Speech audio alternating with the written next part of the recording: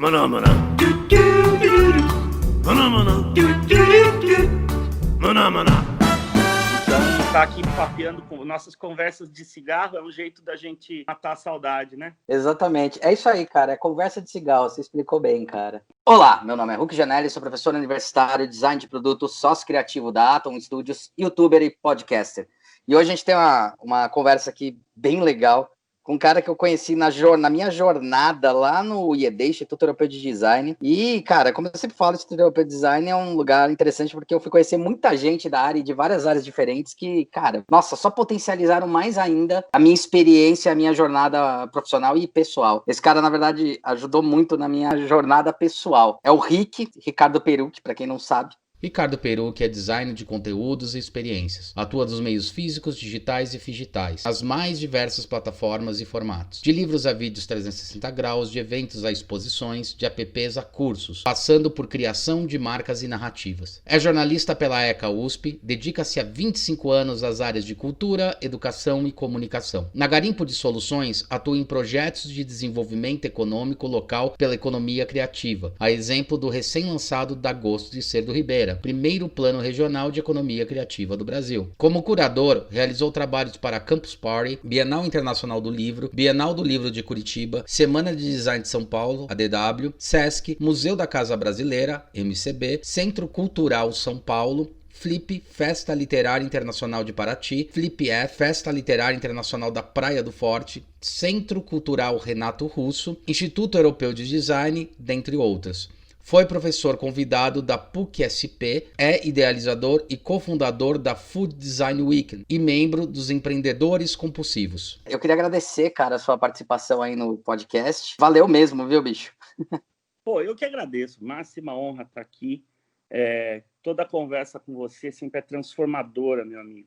Então, hoje eu acredito muito nessas tramas de afetos, né? Além da inteligência, além do trabalho, a gente se conecta com as pessoas por uma visão de mundo e até um sonho de transformação de mundo. E a gente sempre teve essa conexão e tenho certeza que quem está aqui nos ouvindo, de alguma forma, também está ligado nessa rede. Não, com certeza, cara. Eu acho que tá ligado na rede. Tem um negócio legal, né, que acontecia, que eu acho que lá o local permitia, né, e isso tem que bater um pouco de palma. Pô, como você comentou, né, um pouco antes aqui no back-office, né, tipo, a nossa conversa de cigarro, né? Isso aí. Tá, porque você é lá fora e fala, meu, e aí, o que você tá fazendo? Rick, você é formado em jornalismo e atua nisso há 25 anos. Tô velho. Como é que foi, cara? Você não é velho, é bodas... 25 anos é quanto? Bodas de papel, é isso? Prata já, 25 anos. Bodas de prata. Você é um bodas de prata, cara. Para com isso. Os meus cabelos grisalhos não deixam você mentir. Nevou. Não são grisalhos, são platinados. Platinados. Por aqui anda nevando, meu amigo. Esses caras europeus é foda, cara. É foda. Não, isso para não dizer o cabelo que me sobrou, né? Porque aí já é outro papo. É melhor continuar no outro assunto.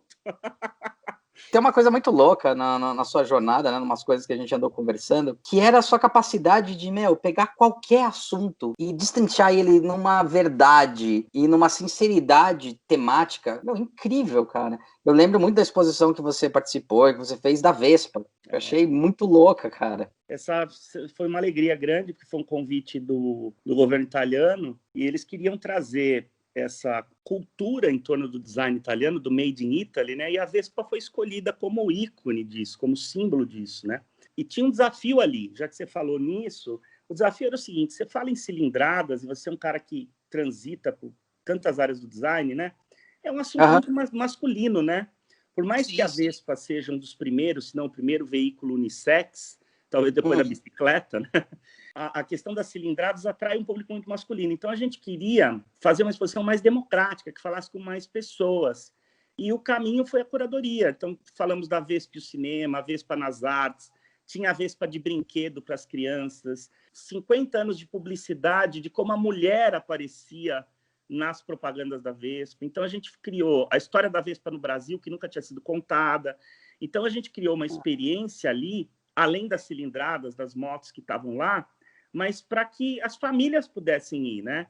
E você tinha um filho ali que gostava de cinema, podia ficar assistindo cenas de filme em que a Vespa aparece, ou uma mulher super antenada que vai discutir o papel da mulher no século XX, você tinha um cara que podia lá ficar olhando a cilindrada das motos, você tem uma criança que podia lá ficar curtindo os brinquedos de Vespa. Então, esse é um olhar que eu acredito muito, né? A gente precisa cada vez mais abraçar as pessoas. É engraçado você falando isso. Eu sempre soube que a Vespa ela foi projetada para as mulheres, tanto que ela tinha aquele negócio para botar o pé por causa da saia, não é isso? A Vespa foi o seguinte, quando a guerra acaba, e você tem que lembrar que a Itália estava do lado errado, né? Sim.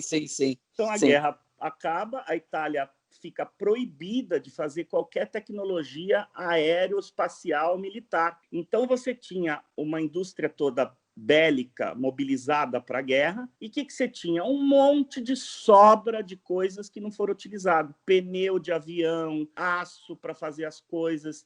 E a Vespa nasce disso, a Vespa nasce do pneuzinho do avião, aquela moto da Vespa era o pneu do trem de pouso e mais aquela coisa do aço. Uma Itália pobre, quer dizer, precisava de um veículo mais barato, né, no pós-guerra, e precisava também de um veículo que atendesse aquela especificidade da Itália. Quem viu filmes ou esteve lá sabe, cidades como Roma que tem ruas estreitas, né? Era para carroça, foi projetada para carroça, né? Afinal, né?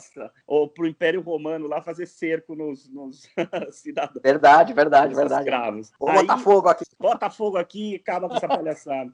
E você tem que lembrar o seguinte, a grande emancipação feminina, a gente escuta tanto feminismo e tal, mas as grandes emancipações femininas aconteceram nas duas grandes guerras, sobretudo na Segunda, porque os homens vão todos para o fronte e são as mulheres que vão não só trabalhar, como sustentar a casa, como assumir os papéis na sociedade. E esse é um caminho que não tem volta. Então, a mulher, que era uma carona, que tinha que sentar de lado por causa do recato de uma saia, ela passa a ser alguém que vai subir numa moto com as pernas abertas, e por isso aquela guarda da frente da Vespa, já pensando também num veículo que pudesse atender as mulheres. Então, o que você falou é super dentro. É muito louco, né? Tanto que é ali que eu acho que começa a nascer as pin-ups, é por aí, né? As pin-ups vêm ali dos anos 30, 40, também nesse contexto. É isso aí, né? As bombshells, as pin-ups, isso aí. As bombshells, exato. É muito louco. E tinha alguns que pintavam nos aviões, né? Também achar muito louca essa coisa, porque é uma conquista, né? Uma emancipação mesmo sobre esse olhar, né? E a mulher poder expressar sua sexualidade, né? De uma forma mais desinibida, mais... se ela podia trabalhar, podia sustentar a casa, tinha que criar filho sozinho, ainda trabalhar para ajudar o povo na guerra, ainda arrecadar dinheiro, o que mais que você vai negar para essa mulher, né? E aí, curiosamente, para falar de design, vem toda a onda dos eletrodomésticos, né? Ao mesmo tempo, porque essa mulher nunca mais vai ser uma dona de casa como ela era antes. É verdade. Então, são grandes transformações aí. Eu não sei quem é que estava... Tem um livro importante, eu me esqueci o nome agora, depois eu até passo, que as grandes revoluções da humanidade, os grandes saltos se dão pela guerra, pela peste e eu acho que pelas revoluções. As grandes transformações. As insurreições. E está se falando muito nisso agora por causa da Covid, né? Que também, exato, nossa, cara. Né? Nossa. O quanto que uma pandemia, uma questão sanitária é capaz de transformar, acelerar, né, o curso de uma sociedade, já que o tema é inovação, né?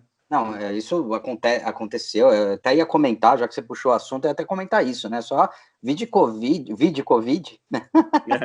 O que aconteceu com aquela famosa história da revolução da era da informação, que começou lá em 92, querendo crescer, e estava desacelerado, e de repente, cara, de um ano para cá, a aceleração foi tão grande, né? Até brinco que a minha sogra, né, que já é idosa, cara, não sabia nem o que era YouTube direito, e agora ela marca na agenda dela as lives que vão ter dos artistas principais, sabe? Tipo, 6 meses para cá, 7 meses para cá. Foi uma aceleração, né? E se você pensar na questão do teletrabalho, né? Nem se fala. E outras questões, quer dizer, ficou tão óbvio para a gente que 80% das reuniões presenciais eram totalmente dispensáveis presencialmente. Por que de repente ficou óbvio? Porque a gente passou a testar, né? Como no bom método do design, né? A gente prototipa. Exatamente. A gente prototipa ali na V. Ou, como meu ilustre amigo Hulk Janelli, que se não é o fundador, é um dos fundadores, criadores do termo porcótipo, né? Eu sou fundador. Esse é seu, né? Esse é meu. Tô preparando um artigo, viu, Rick? Porque já tô me cobrando já. Tem que fazer, dá até um livro, Porcótipos. Vixe, cara, sabe que meu sonho é escrever um livro, né, cara? Mas você tem que fazer. Tem uma vontade, cara. Puta merda. Tem muita vontade, cara. Vamos ver se eu faço, cara. Preciso fazer. Mas você sabe que assim. E pessoas para abraçar também não, cara.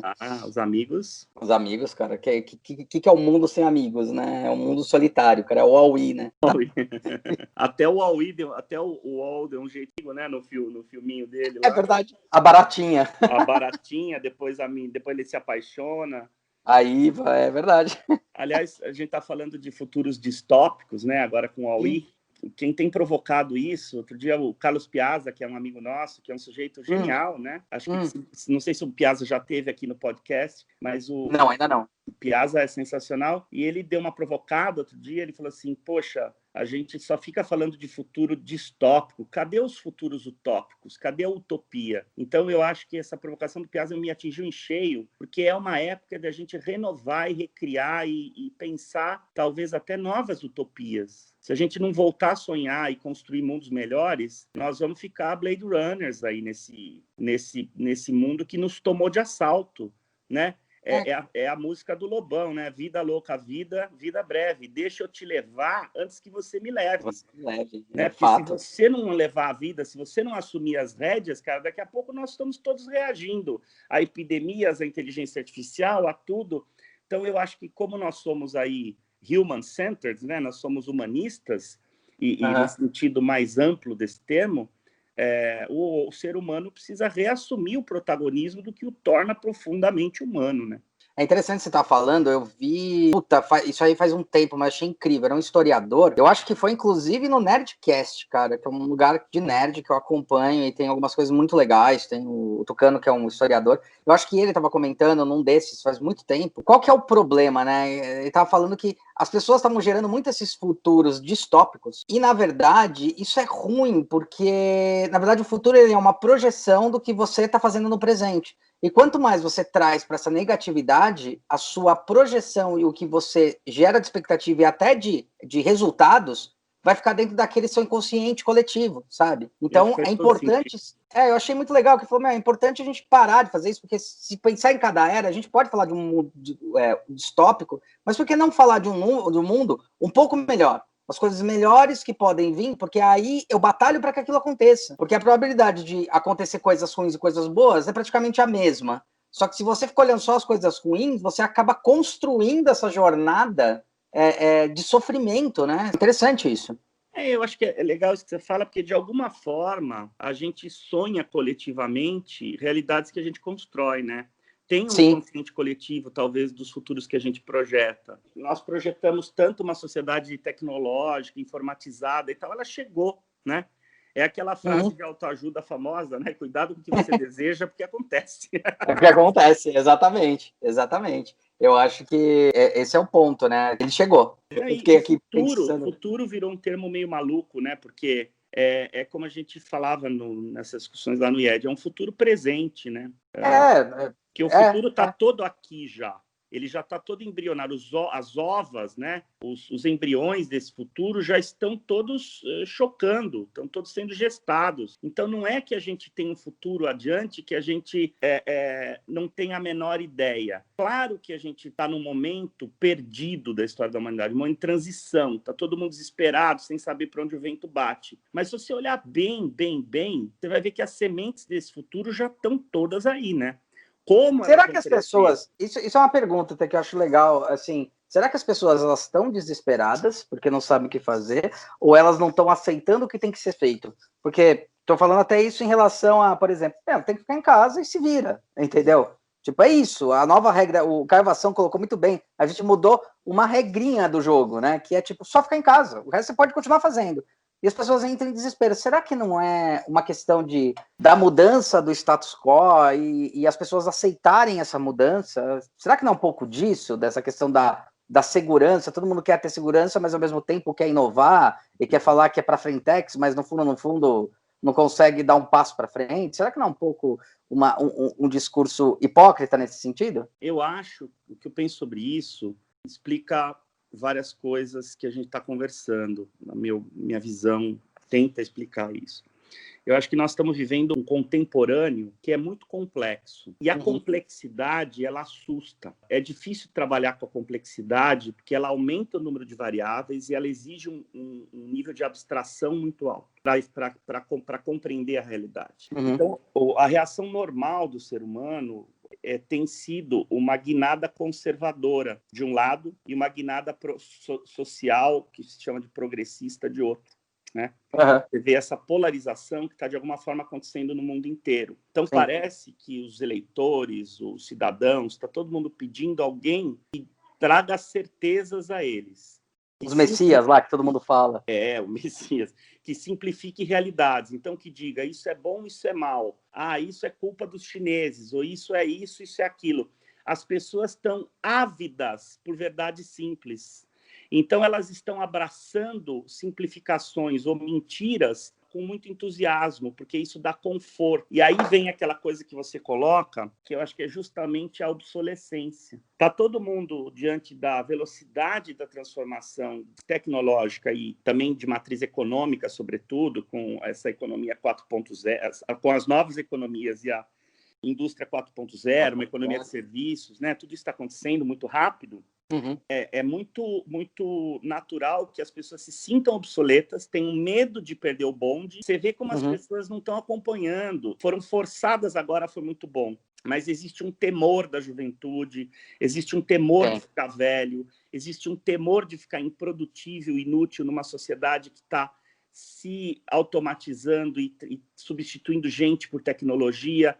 Então, é como se as pessoas estivessem se agarrando no naufrágio do Titanic a um pedaço de madeira podre, que é uma meia-verdade ou uma mentira que se torna verdade porque é repetida 1000 vezes, né? Como, acho que é do Orson Welles essa frase, que repete uma mentira, né? 1000 vezes, ela vira uma verdade. E aí fica fácil, dá um conforto espiritual até se sentir parte de um mundo que está reagindo. O viés de confirmação, né? A busca do viés de confirmação.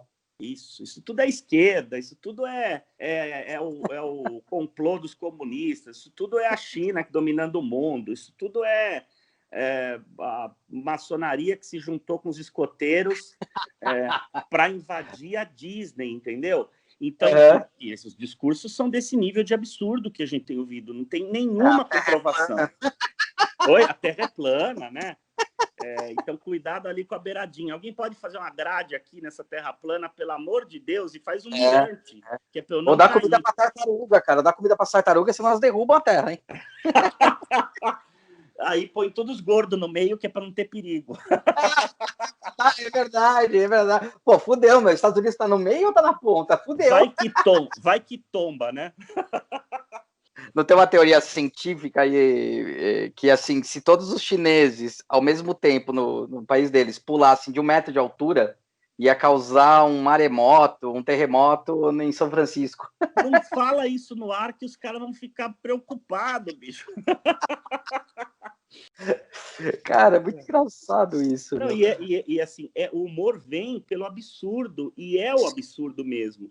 Agora, você vê como está se cristalizando isso com o trumpismo agora nos Estados Unidos, né? Até eu não sou um dos piores críticos ao Trump, eu acho que ele tem...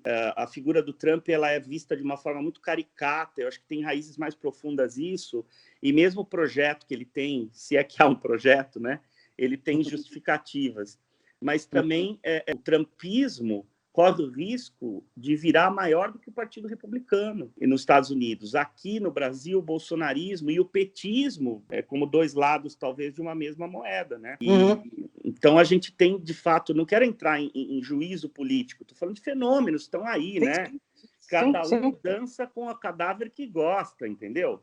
Não, é interessante você estar falando isso, porque eu sempre dou um exemplo, muito curioso, que é assim, poxa, o Ronald Reagan, lá na década de 80, ele tinha o mesmo discurso, né, protecionista que o Trump tem, mas ali encaixava, né, e hoje não encaixa mais, porque você tem um mundo globalizado no sentido que, talvez pela primeira vez, a gente falando aí da música do John Lennon, né, realmente não tem mais divisões entre terras, né. Tipo, interessante, muito interessante. Interessante você ter trazido o Reagan, porque aquilo foi um vislumbre mesmo do que está acontecendo agora, porque você tinha um cenário, fazendo uma analogia, que era o mundo começando a se globalizar, ou seja, o mundo se abrindo, que é isso que você falou agora.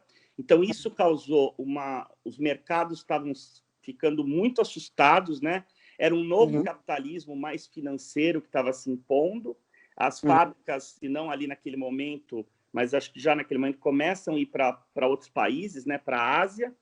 Você tem a Thatcher fazendo dupla de valsa com Reagan, acabando com os carvoeiros, acabando com uma economia, trazendo um outro pensamento econômico para o Reino Unido, e a AIDS, né? Então, Puta, pode escrever. Né, se instalou o mesmo clima de Guerra Fria, de uma ameaça externa e tal, e tal, e tal, e tal, né? Agora, o que é inédito para mim nesse cenário é o que aconteceu no Brasil, porque assim, qual que é o que é o estudo da estratégia diz? Toda vez que você tem um inimigo externo muito poderoso, o que acontece dentro?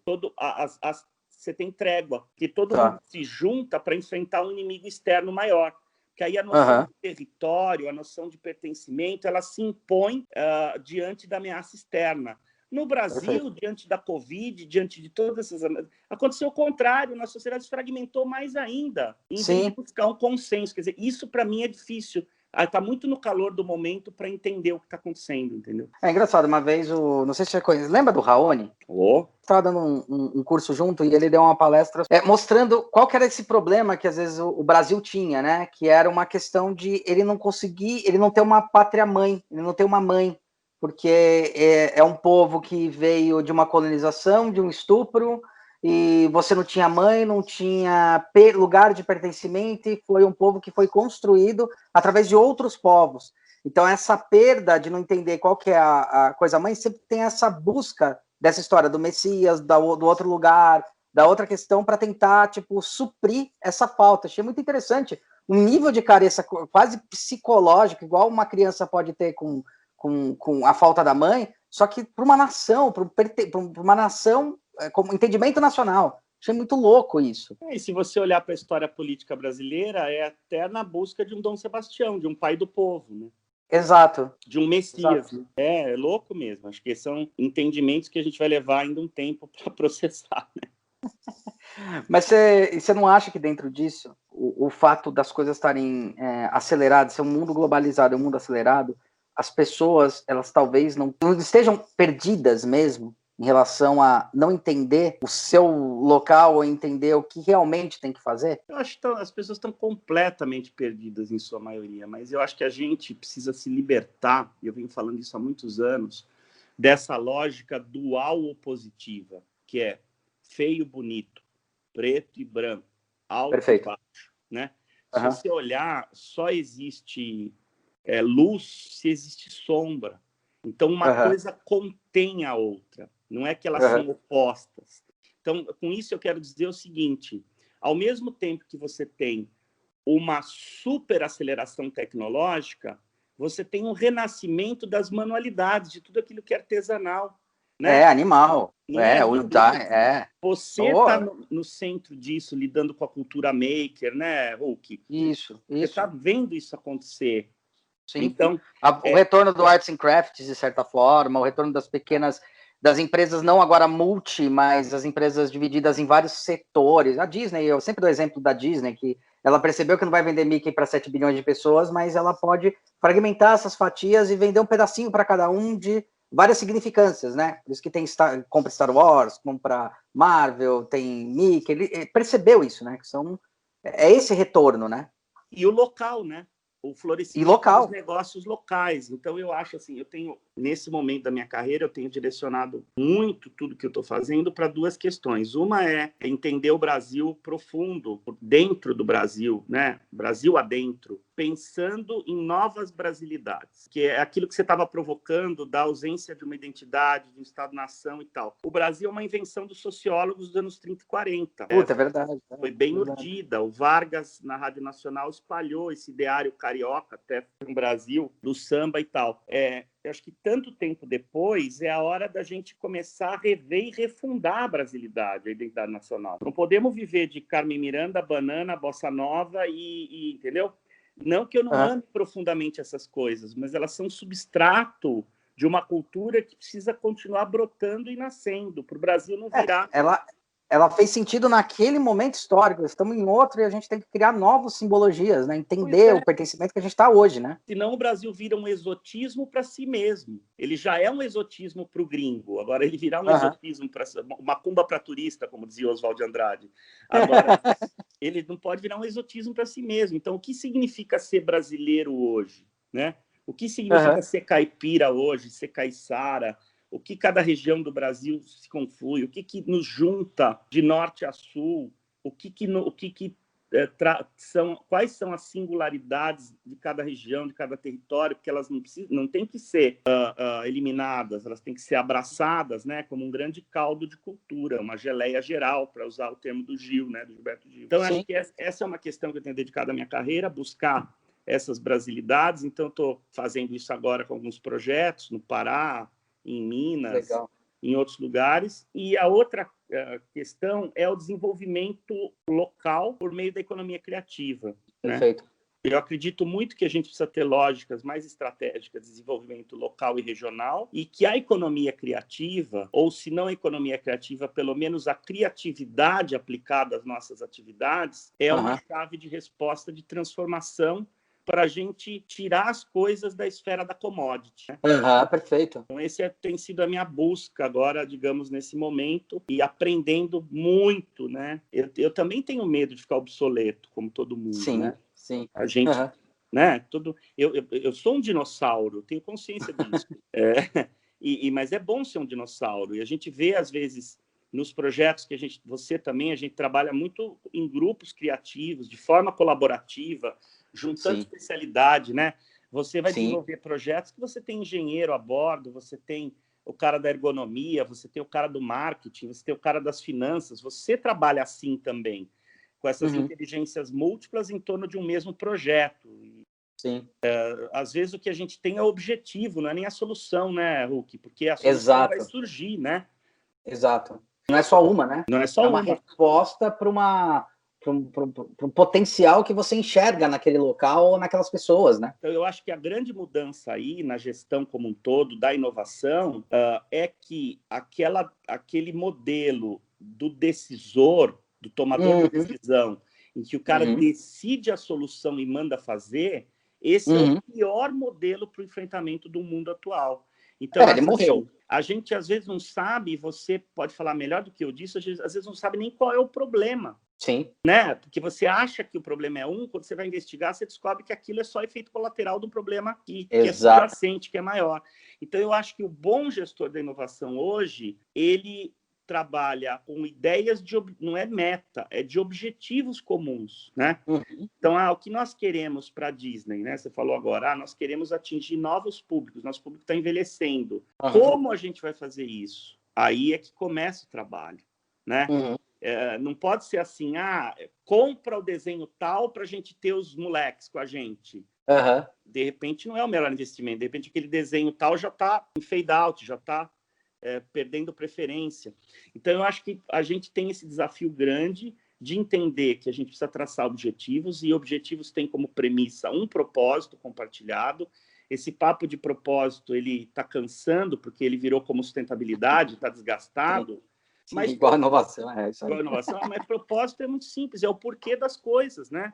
É interessante isso aí que você está falando, Rick, porque eu fiquei pensando aqui, a gente está falando sobre um mundo que cada vez mais ele está querendo ficar dicotômico, né? Igual você falou muito bem, né? Não existe mais as nuances, né? Os 50 tons de cinza, existe o preto ou o branco. Você que trabalha com comunicação, a gente percebeu que daí de um tempo para cá, pelo menos de uns 15 anos para cá, existe muito uma culpa dessa coisa do... Você não acha que as coisas estão tentando ficar muito cândidas demais? Por exemplo, as propagandas, agora tudo é proibido, as frases, agora tudo é proibido, as questões de politicamente correto, politicamente incorreto, dentro de um prisma tão simplório. Será que isso também não atrapalha muito, justamente no momento em que a gente precisa observar as nuances? Eu acho esse um assunto bem vespeiro, porque ao mesmo tempo que a gente tem a necessidade de tomar ações afirmativas, medidas positivas de inclusão, de distribuição de renda, de reconhecimento de diversidade, isso tudo é urgente, é importante, mas também isso tudo tem um custo, né? Uhum. Por exemplo, a gente está numa onda de criar um monte de lei, um monte de proteção para microdireitos. Isso. E eu acho, por exemplo, que o microdireito ele esvazia o direito fundamental, então ele é muito perigoso.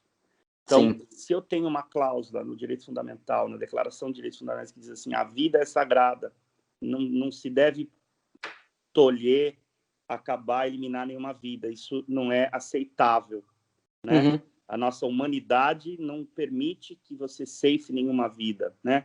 Uhum. Agora, se eu tenho que criar 10 outras leis para dizer que a vida do macaco, a vida do trabalhador que mora em Botsuana, a vida sabe, da espécie ameaçada tal, a vida da... É como se eu esvaziasse o princípio fundamental. Eu precisasse de 10 leis para garantir microdireitos. Claro que eu entendo isso como uma necessidade afirmativa, mas isso, do ponto de vista filosófico, ele é muito perigoso. Porque ideias, a metonímia substitui o todo. Então, você precisa costurar uma coxa enorme de pedacinhos em vez de ter um tecido único, tramado e forte, sabe? Agora, claro, tudo isso é uma resposta a contextos, a momentos, né? O politicamente correto é um saco, vai pra puta que eu pariu com esse politicamente correto. Eu acho que a gente não pode falar mais nada. Isso porque, assim, isso está tirando, em alguns setores, a inteligência. Exato. Então, a propaganda sofreu para cacete com isso mesmo. E divergir, Hulk, sempre foi um profundo sinal de respeito à inteligência do Exato. outro. Agora parece que você é obrigado a concordar, entendeu? E de opinião, então, você é obrigado a concordar, ou você tem que se enclausurar dentro de algumas caixinhas que não fazem o menor sentido, nem lógico, né? Eu lembro que começou a ter uma discussão aí de uns 3, 4 meses atrás sobre essa questão da opção sexual. Que eu da acho orientação, né? Melhor dizendo. Da orientação, exato. Que, vamos colocar tudo com X, porque as pessoas, para abordar todo mundo. Uma discussão que eu tinha com colegas, assim, que tem orientação bem assertiva, sabe as orientações, e foi, cara, mas é engraçado, né? Porque, e se eu quiser me representar como o O, eu não posso mais, porque eu tenho que botar o X para respeitar o outro, mas o outro não está respeitando a minha posição, porque eu estou sendo preconceituoso. Quer dizer, não fica uma faca de 2 gumes? Não fica. É justamente isso aí que você estava comentando, né? As micro. Você sai de um vespeiro e entra no outro, né? Hoje você tá bem legal, né? Puta que eu pariu. Esse também. Ai, cara. Desculpa. Não, mas a gente tem que enfrentar as questões. Esse tal do gênero neutro, que está querendo se criar na língua portuguesa, inclusive agora a moçadinha, em vez de falar amigos ou amigas, fala amigues, né? Que seria uma espécie de gênero neutro. Exato. Cara, isso é uma discussão de 5 horas, porque a língua usa o masculino como totalizante, né? Então, amigos significa amigos e amigas. Mas existe, claro, uma cultura patriarcal nisso, né? Então, existe a busca também por desmontar uma referência patriarcal, machista, heterossexual, branca na cultura, que ela está aí. Ela está aí. Sim, e é escroto. Isso Então, aí para onde você vai, como você resolve isso, eu acho que nenhuma resposta é satisfatória, sabe? As respostas são parciais. Tem professor de português, amigo meu, professora de português, que tem urticária quando vem esse gênero neutro, porque isso não existe para ela na língua. Enquanto que outros estão adotando, a gente está adotando em algumas comunicações, dependendo do perfil da marca ou do público, eu tenho usado isso. Não, então, mas aí eu acho que você chega num ponto muito legal. Eu acho que você chegou num ponto muito bacana. Quando você está falando sobre perfil de marca, branding, comunicação, e usar essa comunicação para aproximar o público, eu acho super válido. Eu acho confuso quando você pega a língua e, na verdade, o que você tem que mudar é o meu ponto de vista, né? Quando você tem que mudar isso na língua estrutural, eu acho que antes da língua vem a consciência das pessoas, né? E o risco é sempre você falar com você mesmo. Esse é o pior risco. Quer dizer, sei lá, minha mãe tem 73 anos. O que significa para minha mãe amigues? Para ela é um erro de digitação. Exato. Entendeu? Então, assim, não estou desmerecendo o esforço do gênero neutro ou de um totalizante, mas a pergunta, você foi no cerne da questão, é para quem e como isso comunica. Então, tem uma questão que acho que você coloca brilhantemente, é anterior. Eu escrevi um texto essa semana sobre o racismo no Dia da Consciência Negra, e é um texto muito duro, no qual eu digo basicamente o seguinte: eu sou racista, você é racista, o Brasil é racista. Ou a gente admite isso como princípio de conversa, porque aí não dá mais para ficar falando assim, eu não sou racista porque eu namorei uma garota negra, um cara negro. Não dá para falar assim, eu não sou racista porque tem um amigo negro. Não dá para falar que você não é racista porque sua empregada é negra e você adora ela. Você nunca foi na casa dela, não sabe nem o nome dos filhos dela, cara pálida. Não, eu acho que tem uma outra coisa também, desculpa te cortar, tem outra coisa. Quem diz que racista está só associado a essa questão da cor negra? Pois é. Eu acho que isso é um ponto bem mais na essência, né? Ora, é feio a gente admitir que é racista. Claro, não é uma admissão de racista de orgulho, é uma admissão de racismo de vergonha e de profunda revisão de como a gente vai atuar daqui para frente. Porque a questão, para mim, a grande discussão é a discussão da equalidade das oportunidades. Eu preciso dar oportunidades iguais para as pessoas. Não adianta eu falar que enquanto eu estudava no ensino médio pago, que meus pais tinham condição, o menino que brincava comigo na infância, que era filho do empregado e não do patrão, que ele teve a mesma oportunidade que ele não teve, porque ele estava em casa cuidando da irmã para o pai trabalhar, entendeu? Exato. Então, assim, aí nós vamos entrar num monte de discussão, que são as cotas, que é isso, que é aquilo. Ok, você é contra as cotas, mas me traz uma solução. Então, para de criticar as políticas que vão incluir as pessoas e pensa, traz alguma outra questão que possa dar conta desse problema. Porque ser contra, meu amigo, puta, eu adoro gente que é contra. Mas, assim, contra é quando a gente é adolescente.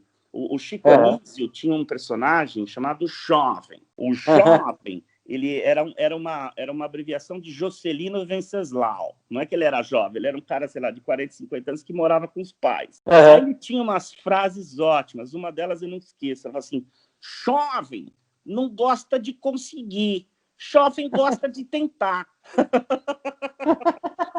E eu acho que um pouco ser contra, às vezes, é isso, entendeu? Poxa, então a gente admite que existe um racismo estrutural, porque, olha, quem não é capaz de admitir que a sociedade brasileira é racista, mora num país diferente do que eu moro.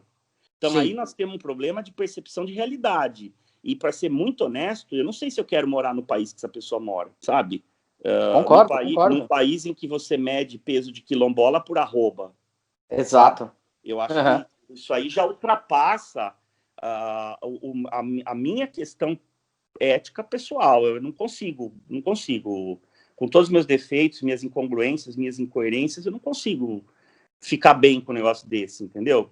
Eu acho assim, o que a gente não pode ser é hipócrita. Então vamos fazer o seguinte, tá, Hulk? Vamos lá, vamos derrubar a estátua do Borba Gato, tá? Porque aí a gente fica menos racista. Cara, sabe, vai rodar bolsinha na estrada meia hora, entendeu? Aquela estátua do Borba Gato é uma das coisas mais horríveis que eu já vi na minha vida em termos de arte. Né? Existe uma questão de gosto, mas existe uma questão de feiura mesmo. Então, tem uma história ótima daquela estátua, é longa, não vou contar, mas a MCR, que é uma produtora de áudio, do meu querido amigo Sérgio Campanelli, que é um gênio, o primeiro áudio em publicidade brasileira em Cannes, tudo que o Tom Jobim fez de propaganda foi com ele. Quando teve as 7 maravilhas do mundo contemporâneo, o Campa chamou o Pereio, aquele ator, o Eu Te Amo Porra, né? Pereio, para fazerem uma campanha de tiração de sarro, que é candidatar a estátua do Borba Gato a uma das 7 maravilhas do mundo. O cara procura isso no YouTube. Ele chama de o bagulho maravilha, entendeu? Aquilo é sensacional. Então, o que eu escrevo nesse texto é o seguinte, deixa a estátua do Borba Gato lá para nos lembrar da nossa feiura. Isso, eu acho que é esse que é o ponto, que é muito interessante. Eu lembro, sabe que filme que eu estava lembrando muito, que eu acho que a gente está vivendo?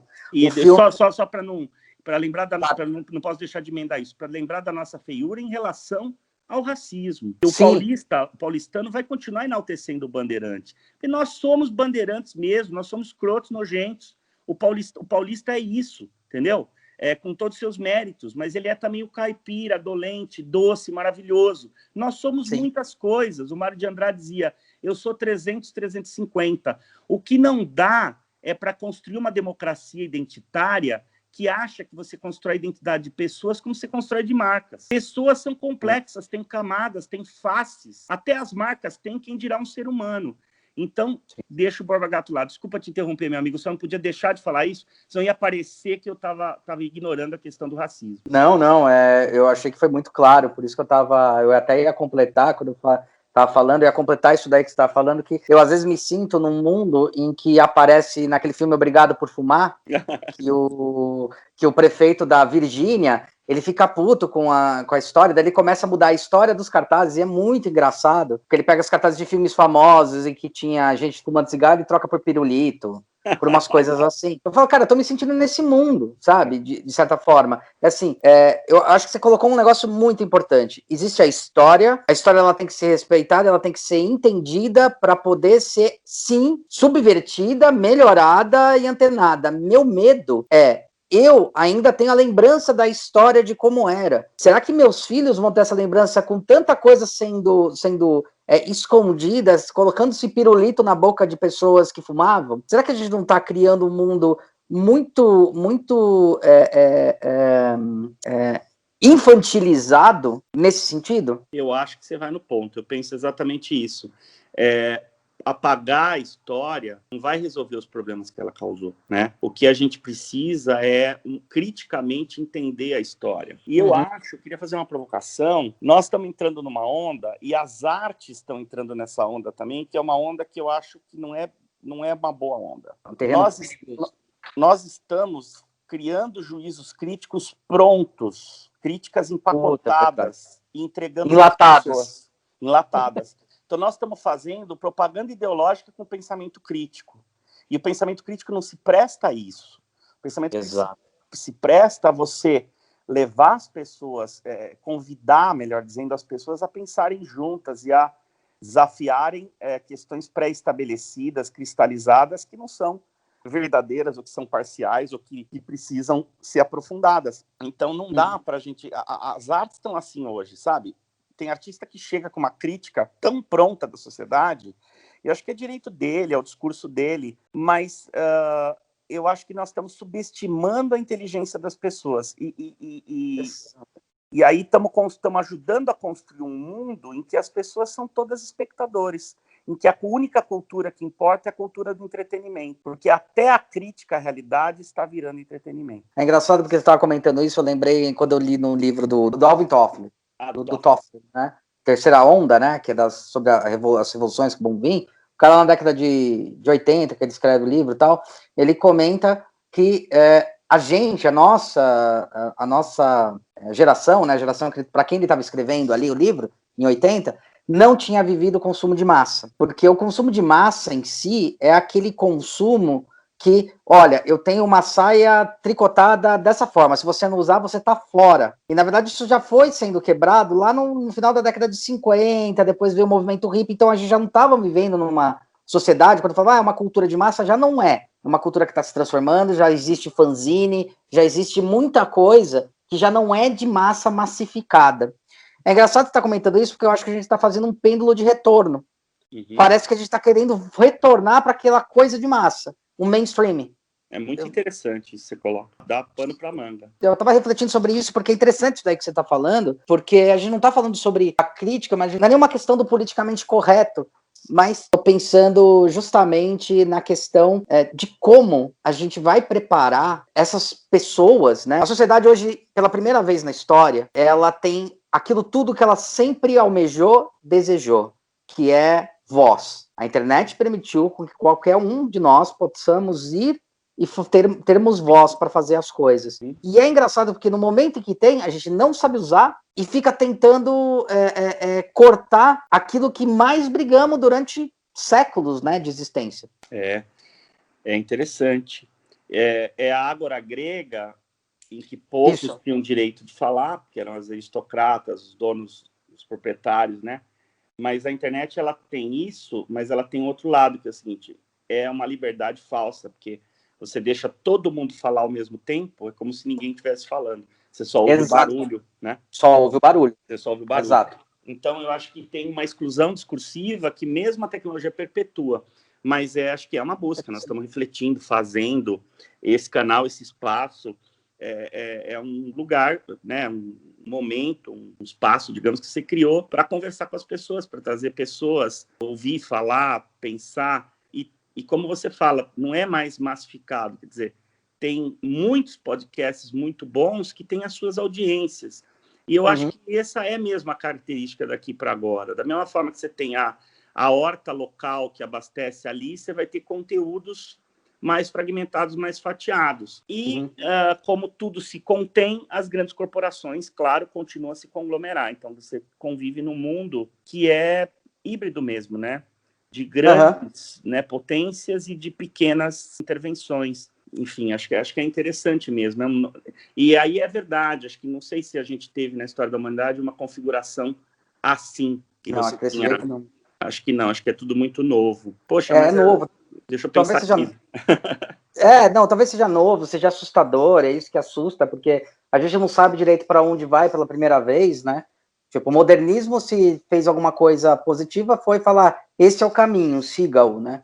Mas o negativo é, tipo, só tem esse caminho, então siga-o, né? E agora que a gente tem a possibilidade de, tipo, de realmente estabelecer maiores caminhos, melhores caminhos, né?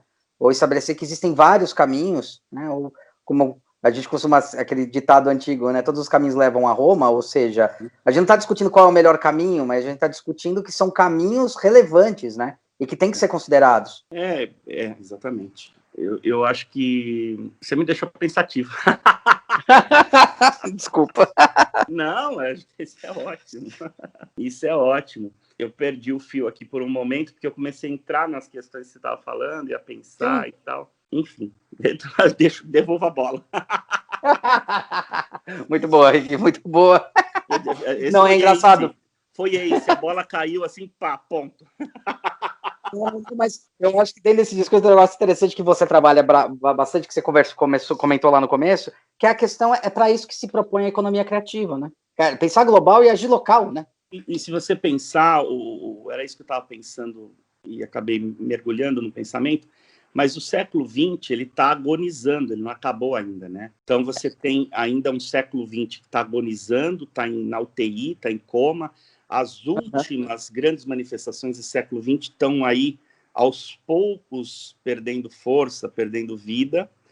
E se você lembrar, o século XX foi o século da degeneração, né?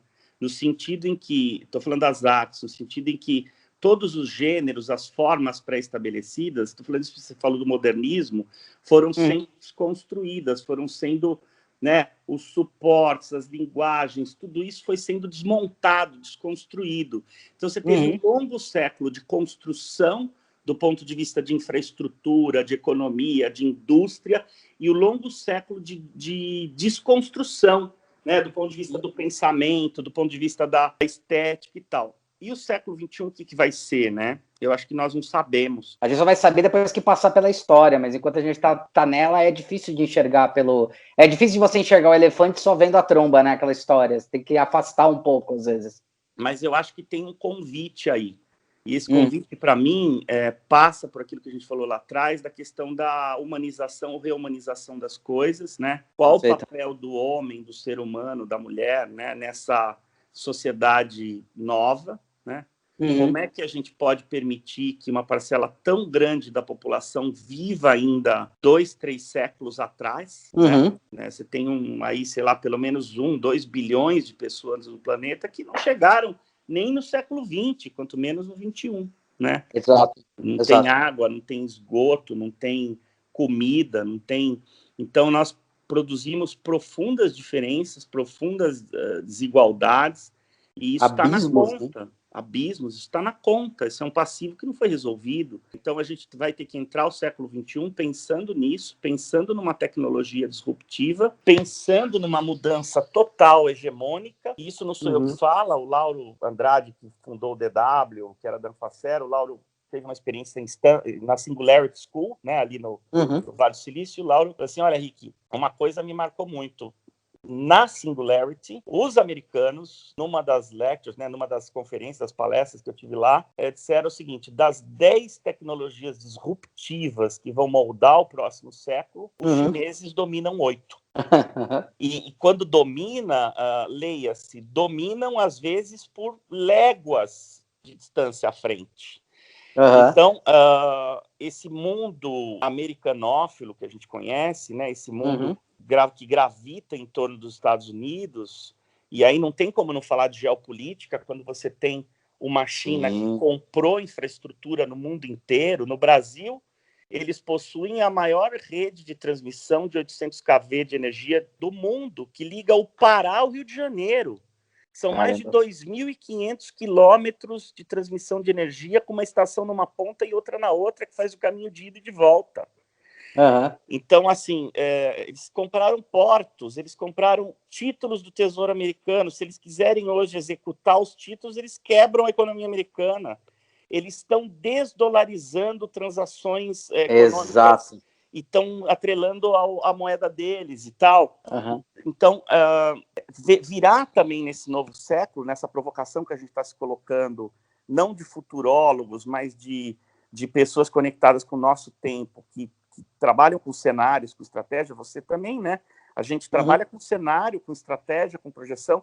A gente está trabalhando para as organizações, para as pessoas, para prepará-las para os próximos anos, não só para reagir ao que está acontecendo hoje, né? Exato. O nosso trabalho não é um trabalho de ficar tampando os buracos do encanamento. Não é um trabalho de ser reativo, é de ser efetivo, né? Exatamente, e propositivo, e entender que se a gente vai construir uma estrutura, uma estratégia, ela tem que dar conta dos próximos anos, né? Não é um trabalho de manutenção com obsolescência programada, porque a obsolescência já está programada e não é por nós, né? É pelo mundo, né? Exato. Então, acho que as grandes questões que se colocam é essa questão da humanização. E eu queria terminar essa reflexão com um raciocínio que a gente está falando muito nessa questão dos medos do ser humano e tal, e a gente esquece de falar do quanto a questão atitudinal, da questão das atitudes são importantes. Então, eu acho assim, a pessoa pode não dominar a tecnologia, ela pode não falar uma segunda língua, ela pode ter uma experiência pessoal, profissional que ela está se reinventando, mas eu acho que a gente não deve subestimar a importância das atitudes em relação a isso. E aí entra a questão da empatia, né? Entra a questão do saber trabalhar em grupo, de reconhecer as outras pessoas, atitudes que façam a diferença nos seus contextos de atuação.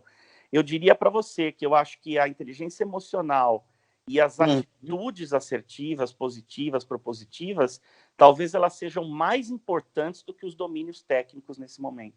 Com certeza. Aí eu citaria assim, o Harari, quando ele fala de um negócio que eu acho incrível, que é a revolução cognitiva. A grande transformação da revolução cognitiva, e eu acho que é o que também junta agora com o Demasi, em cima disso que você está falando, quando ele fala que do ócio criativo, mas não sobre a questão de você ficar sem fazer nada, mas entender que o cérebro humano é a parte mais importante, são essas conexões, essas relações. Apertar parafusos não é legal, então vem a revolução 4.0, que vem as tecnologias para permitir com que o ser humano possa usar aquilo que é mais importante, que é a cognição, a empatia, pensar no outro, pensar nas coisas e não ficar mais naquele trabalho mecanicista de tipo, tá tão ocupado, que é o que hoje acontece muitas vezes, e não conseguir nem parar para refletir, para olhar do lado. Né? Eu acho que isso que é um ponto muito importante, que é isso que você está citando. Né? E só o que nos torna profundamente humanos, só o que nos define como humanos, é que vai justificar nossa presença nesse planeta. Perfeito. Né? Que não é ser a espécie mais predadora do planeta, e a gente tem cada vez mais atentar para isso, porque duas questões ficaram muito claras, várias, mas vou citar duas agora na pandemia. Uma é quanto o planeta vive melhor sem nós, obrigado. Sim. Né? Você vê a velocidade que há em alguns lugares, com a diminuição das emissões de poluentes, com a ausência da presença humana em algumas regiões, a natureza reagiu com uma força, com uma vitalidade, né? Você vê peixes em lugares que você não via, você vê, né? Isso tudo foi, assim, de certa forma, muito bonito, né? Foi elucidador, né?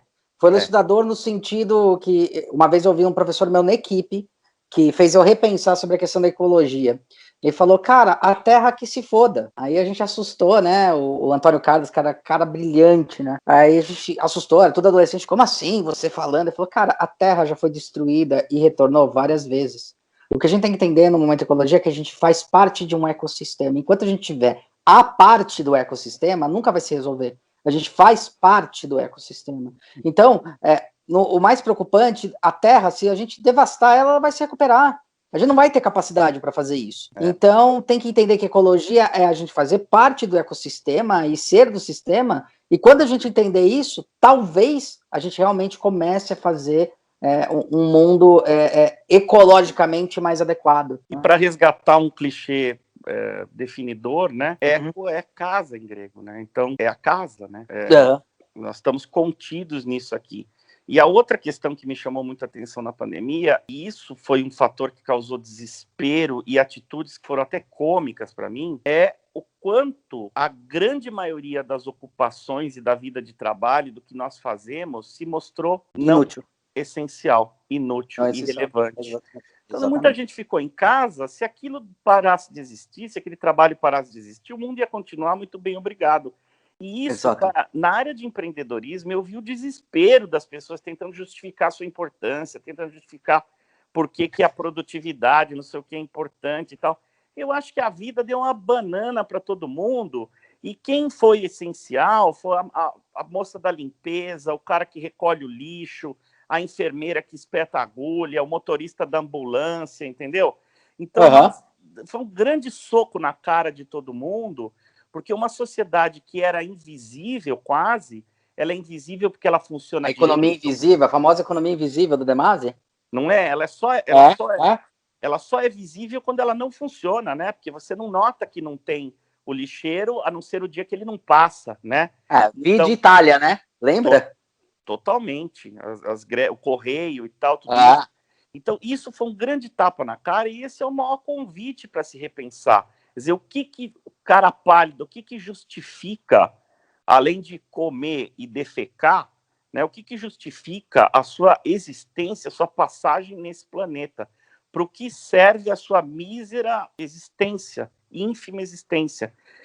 Então, se nós não atribuímos algo maior, transcendental, humano, afetivo, ao que nós somos, ao que nós fazemos, a comemos, se a gente continuar se reduzindo à lógica do trabalho, não que o trabalho não seja importante, mas não é isso. Não é isso, mas ele não vem antes.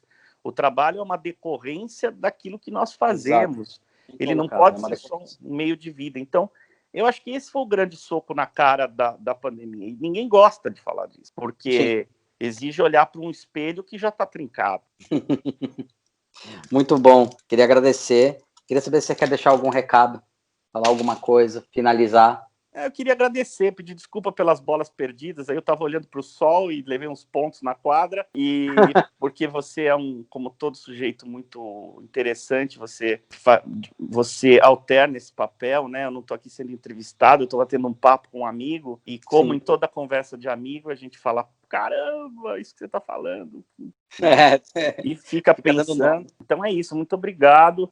Adorei estar aqui. Olha, vida longa esse projeto de conversas, de buscas aí. Feliz de ter passado por aqui. Obrigado, eu que agradeço, Rick. É um prazer usar. Você sabe o quanto eu admiro o teu trabalho, gosto de você pra cacete. E um grande beijo no coração, queridão. Beijão, meu irmão. Fica com Deus. Você também. Valeu. Você ia pra Itália e, de repente... eu ia pra Itália, aí aconteceu aquela coisa que o tonto aqui falou assim: nossa, o euro tá R$3, vou esperar baixar.